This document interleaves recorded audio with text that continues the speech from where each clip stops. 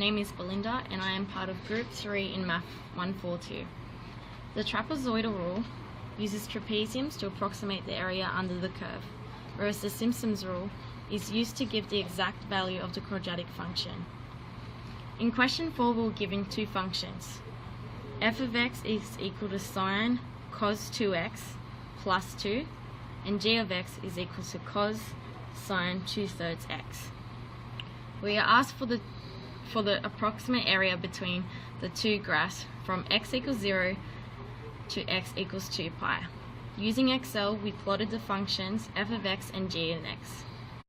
We're explaining question 4 part A. So the question asks us to graph two functions and we're using Excel to do this. So we're given an Excel sheet and we just have to enter values. So for the limits we enter the lowest value here in the pink box and the highest one here, so this is 0 and 2 pi. After that we have to type in our functions, so f of x and g of x, which are given here. When we type in our functions we're able to evaluate the values for different x intervals. So in n equals 4 it evaluates 5 and the result is this graph here. So as we can see with the lower n intervals, this sine graph doesn't even really look like a sine graph, whereas this cos one does. And when we increase the intervals, we see that the graphs become more curvature.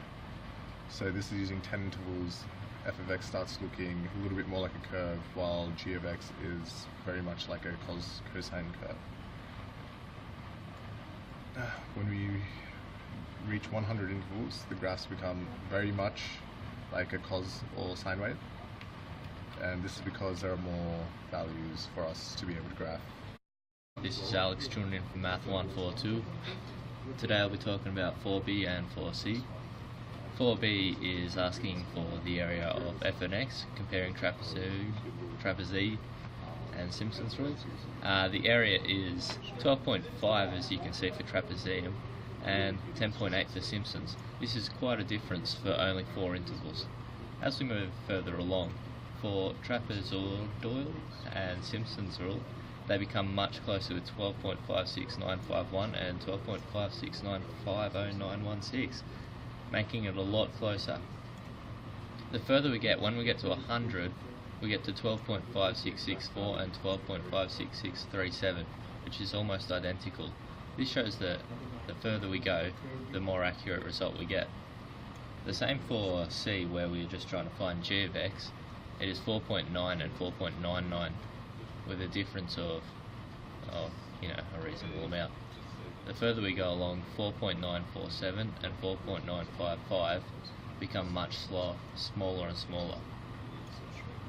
Once again, we go to 100 and we get a result of 4.955 and 4.955, almost being an identical result.